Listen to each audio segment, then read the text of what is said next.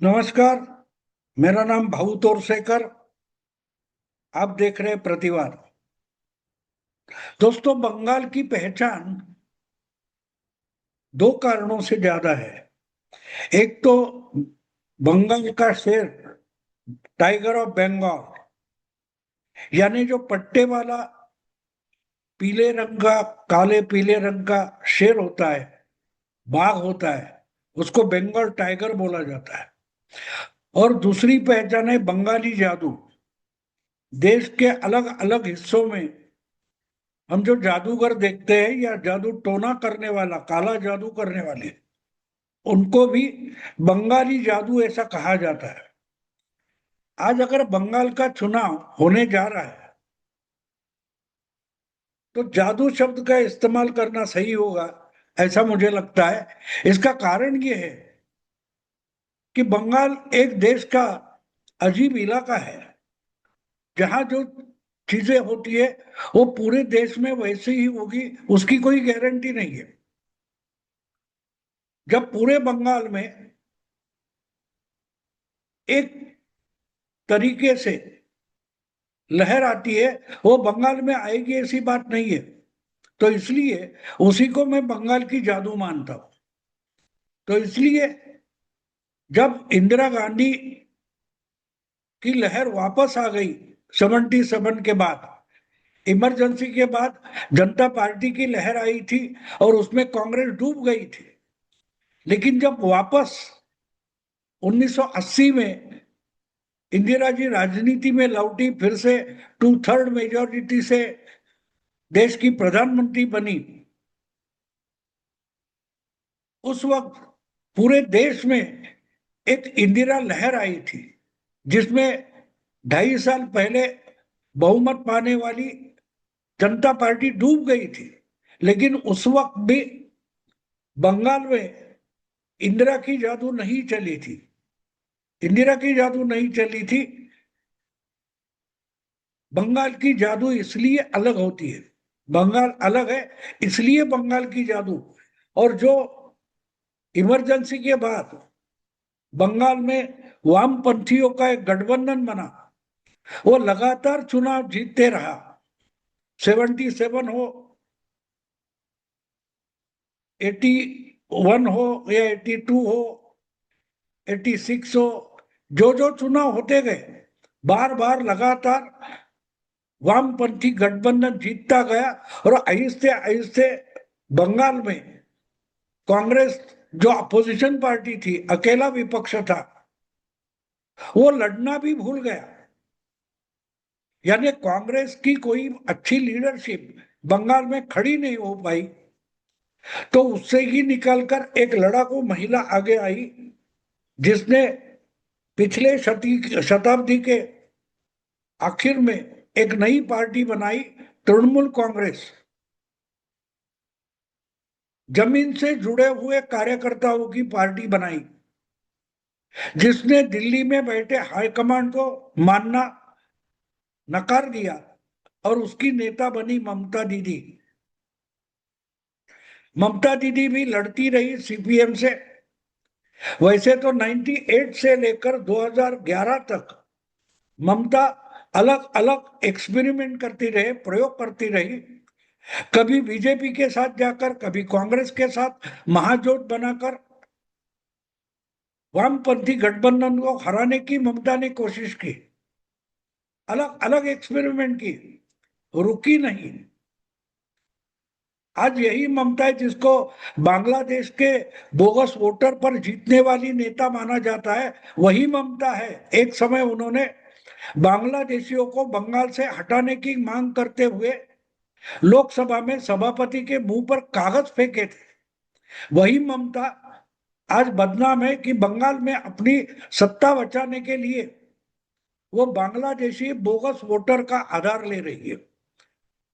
तो इसलिए मैं बोल रहा हूं कि बंगाल की जादू, बंगाल पूरे देश से अलग है। इसलिए मैंने कहा कि बंगाली जादू, जो सीपीएम 6 चुनाव जीतकर सत्ता में आती थी, उसको ममता ने 2011 में, 15 साल पहले, इस जादू से ही हराया था। कोई मानता नहीं था कि कोई बंगाल में कभी वामपंथी गठबंधन को, लेफ्ट फ्रंट को कोई हरा सकता है, ये किसी को मंजूर ही नहीं था। लेकिन ममता ने वो जादू करके दिखाई। उसी को तो बंगाली जादू बोलते हैं। और जब 2014 में बीजेपी नरेंद्र मोदी के नेतृत्व में देश की राजनीति में नए सिरे से खड़ा होना चाहती थी, तब भी बार बार ये पूछा गया कि केरल में, साउथ में और बंगाल में, नॉर्थ ईस्ट में बीजेपी का है क्या। बीजेपी तो गाय पट्टे की यानी काउ बेल्ट की पार्टी है, हिंदी भाषिकों की पार्टी है। उसकी बंगाल में एक नहीं चलेगी, बंगाल में है क्या। लेकिन एक लोग भूलते हैं कि कुछ थोड़ी ताकत हो, लेकिन बंगाल में बीजेपी की थोड़ी ताकत थी। जब वाजपेयी का जमाना था, उस वक्त ममता ने 98 के बाद अपनी अलग पार्टी बनाई। तो पहली बार ममता दीदी ने जो 8 सीटें लोकसभा की जीत ली थी 98 में, तो उसने बीजेपी के साथ बंगाल में गठबंधन बनाया था। तो ममता का जो अलग खेमा बना, एक अलग कांग्रेस पार्टी बनी, एक अलग क्षेत्रीय कांग्रेस पार्टी बनी, वही बीजेपी की मदद से बनी थी। अजीत पंजा जो कांग्रेस के राजीव गांधी के जमाने के मंत्री थे, मिनिस्टर थे, वो भी ममता के साथ इकट्ठा आए थे और बीजेपी के साथ गए थे।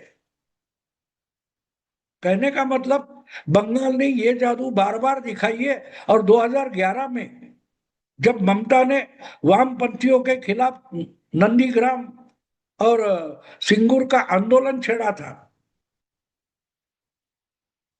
उसके बाद वामपंथ के खिलाफ रास्ते पर उतरने वाली महिला नेता बनकर ममता दीदी ने अपनी राजनीति और चुनाव की रणनीति सक्सेसफुल बना के दिखाई थी। वो भी मैं बंगाली जादू मानता हूं। और आज की तारीख में, आज की राजनीति में हम देखें तो फिर से बंगाल में एक अजीब नजारा हम देखते हैं। वही बंगाल है जहां 12 साल पहले बीजेपी का नामो निशान कहाँ है, यह सवाल पूछा जाता था। मोदी प्रधानमंत्री बनने निकले हैं, लेकिन बंगाल में उनका है क्या, बीजेपी का है क्या, पूछा जा रहा था। और आज उसी बंगाल में ममता को चैलेंज देने वाले पार्टी का नाम बीजेपी है। 6 चुनाव जीतने वाली लेफ्ट फ्रंट आज बंगाल में अपनी पहचान भूल गई है, नामो निशान साफ हो गया। उसके पहले 3-4 चुनाव जीतने वाली कांग्रेस पार्टी आज बंगाल में बची नहीं है। बंगाल की विधानसभा में 2021 के बाद ऐसी अजीब स्थिति है कि 20 साल और 36 साल बंगाल पर राज करने वाली लेफ्ट फ्रंट और कांग्रेस, दोनों पार्टियों का नामो निशान आज बंगाल की विद्यमान विधानसभा में नामो निशान बचा नहीं है।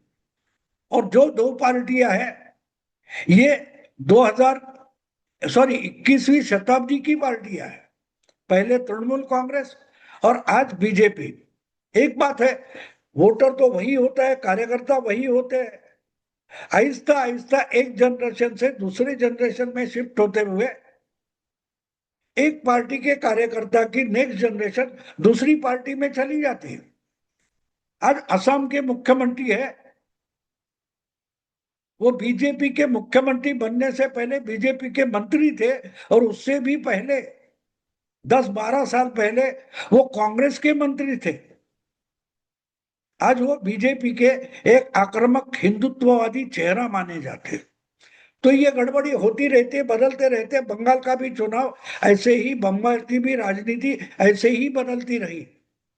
लेकिन वही बंगाल की शेरनी, बंगाल की टाइग्रेस ममता दीदी आज बंगाल कितना जानती है, कितना पहचानती है, इस पर मुझे शक होता है। इसका कारण एक है कि बंगाल की शेरनी बंगाल की जादू शायद भूल गई है, और जिस ढंग से चुनाव आयोग सुप्रीम कोर्ट में संघर्ष कर रही है और रास्ते पर उतरना भूल गई है, ऐसे मैं मानता हूं। क्योंकि ममता की राजनीति हमेशा से रास्ते की राजनीति, सड़क की राजनीति रही, लेकिन वही शेरनी आज बंगाली जादू भूलकर बिहारी जादू से डर गई है। अब ये बिहारी जादू क्या होता है, ऐसा सवाल आपके दिमाग में आएगा कि ये भाऊ क्या बोल रहा है, बिहार की क्या जादू होती है। तो हाँ, वो समझना जरूरी है। अभी अभी 4 महीने पहले बिहार में विधानसभा के चुनाव हो गए। आपको याद होगा, बिहार के चुनाव में राहुल गांधी ने वोट चोरी, ईवीएम और एसआईआर यानी वोटर लिस्ट की सुधारना, शुद्धता, इसके खिलाफ एक आंदोलन छेड़ा था। और चुनाव जिस ढंग से लड़ा जाता है वो राहुल गांधी तो भूल गए थे, लेकिन उन्होंने अपने तरीके से जमीन की राजनीति करने वाले आरजेडी के तेजस्वी को भी घुमा दिया था। बिहार की जो बात थी वही अब आज बंगाल में रिपीट होने जा रहा है। बिहार की राजनीति के लिए बीजेपी ने और उसकी सहयोगी संगठन आरएसएस ने 6 महीने से अपना काम शुरू कर दिया था, और उसको ही मैं बिहारी जादू बोलता हूं। बिहार के बारे में बहुत सारे ओपिनियन पोल आए थे, आगे चलकर अलग अलग विश्लेषण हुआ, एग्जिट पोल आए थे, सब गलत साबित हुए। मैं तो कोई ओपिनियन पोल करता नहीं, लेकिन जो खबरें आती है वो समझने की कोशिश करता हूं। और इसीलिए मैंने बिहार बिहार के चुनाव में 200 पार कर सकता है एनडीए, नीतीश और बीजेपी का गठबंधन बिहार में 200 का आंकड़ा पार कर सकता है, ये भविष्यवाणी मैंने की थी। वो भविष्य सच हुआ और ओपिनियन पोल गलत साबित हुए, क्योंकि बिहार में जो जादू चल रहा था वो मैं देख रहा था, उसकी जानकारी मेरे पास थी, बाकी विश्लेषकों के पास नहीं थी। वो राजनीति, वो जादू थी या राजनीति, चुनाव की राजनीति आरएसएस की अलग होती है, और पार्टियां और आरएसएस इसमें फर्क है। बीजेपी आरएसएस का ही संगठन है, लेकिन बीजेपी बाकी पॉलिटिकल पार्टियां जो राजकीय दल होते हैं उनके जैसी राजनीति करती है, लेकिन आरएसएस राजनीति नहीं करती। चुनाव की राजनीति में आरएसएस होती नहीं, वो बीजेपी के सपोर्ट के लिए खड़ी होती है। आरएसएस नाम का जो ऑर्गेनाइजेशन है, संगठन है, वो बीजेपी के मदद के लिए खड़ा हो जाता है, मैदान में उतर जाता है। और जब आरएसएस मैदान में उतर जाता है, वो अपनी तरीके से जादू करता है, अपनी रणनीति बनाता है। बीजेपी और आरएसएस का चुनाव के लिए कोऑर्डिनेशन होता है, लेकिन बीजेपी अपनी रणनीति बनाकर काम करती है और आरएसएस अपनी रणनीति बनाकर काम करती है। तो 6-7 महीने पहले आरएसएस ने बिहार की जमीन पर मशक्कत शुरू कर दी थी, मेहनत शुरू कर दी थी। आरएसएस ने तय किया था कि बिहार की जो 224 सीटें हैं वो सबकी सब सीटें जीतनी है। अब जब आप इतनी सीटों पर मेहनत करते हो तो आप बहुमत पार करना आपके लिए मुश्किल रहता नहीं। बीजेपी, आरएसएस ने यह तय किया था कि हम बीजेपी के लिए नहीं लड़ रहे, हम पूरा बिहार एनडीए गठबंधन के लिए लड़ाएंगे। यानी एकाध सीट, एकाध चुनाव क्षेत्र बीजेपी के बजाय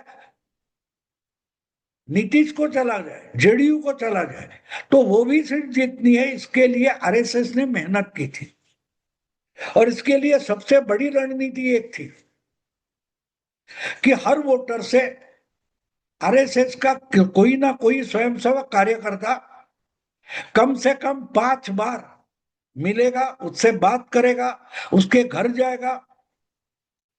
5 बार एक ही कार्यकर्ता नहीं मिलेगा, आज आपको सोमू मिलेगा, कल चंद्रकांत मिलेगा, परसों विलास मिलेगा। अगर एक महीने में 5 बार आरएसएस का कोई ना कोई स्वयंसेवक किसी वोटर से मिलता है और उसको राजनीति पर बात करते हुए वोटिंग कितना इंपॉर्टेंट है, अपनी गवर्नमेंट चुनने में अपना योगदान कितना इंपॉर्टेंट है, ये अगर आरएसएस का कोई इंसान कार्यकर्ता किसी वोटर को समझाता है तो वो प्रभावित होना शुरू हो जाता है। अगर 5 नहीं 4 बार, 4 नहीं 3 बार भी ऐसा कोई आपको मिलता है तो आपका वोट प्रभावित होना शुरू हो जाता है। और आरएसएस का तरीका अलग है, वो बीजेपी को वोट दो, एनडीए को वोट दो, ऐसा प्रचार नहीं करते। आरएसएस की थीम जो होती है वो आपको वोट देना जरूरी है। अगर वोट देने से आप पर शासन करने वाली सरकार बदलती है और बदली जा सकती है या कायम हो सकती है, तो आपके पसंद की सरकार होना आपके हाथों में है। और इसलिए आपको किसी भी तरीके से वोटिंग के लिए जाना जरूरी है, आपको वोट करना जरूरी है। और जब ये बातें समझाई जाती है उस वक्त उसमें एक ये भी होता है कि भाई मोदी ने क्या क्या किया है। बीजेपी की केंद्र में सरकार है, राज्य में बीजेपी सत्ता में सहयोग कर रही है, तो क्या बदलाव आए हैं। पुराने जमाने की सरकारें और आज की बीजेपी की सरकारें, इनमें क्या फर्क है वो भी समझाया जाता है। तब वोटर प्रभावित होता है, अपना अलग वोट बना सकता है। और जो वोट बनता है वो अगर आपको मिल जाए तो अपने आप वोटिंग में आप बड़ा मार्जिन हासिल कर लेते हो। एक तो बात ये होती है कि जो होता है वोटिंग उसमें आपका हिस्सा होता है, लेकिन अगर आपके प्रभाव पे, आरएसएस के प्रभाव से, बीजेपी के प्रभाव से अगर वोटिंग परसेंटेज बढ़ता है तो जो बढ़ने वाला परसेंटेज होता है, बढ़ने वाला प्रतिशत होता है, उसका ज्यादा से ज्यादा हिस्सा आपके पल्ले में आ जाता है, आपके झोले में आ जाता है।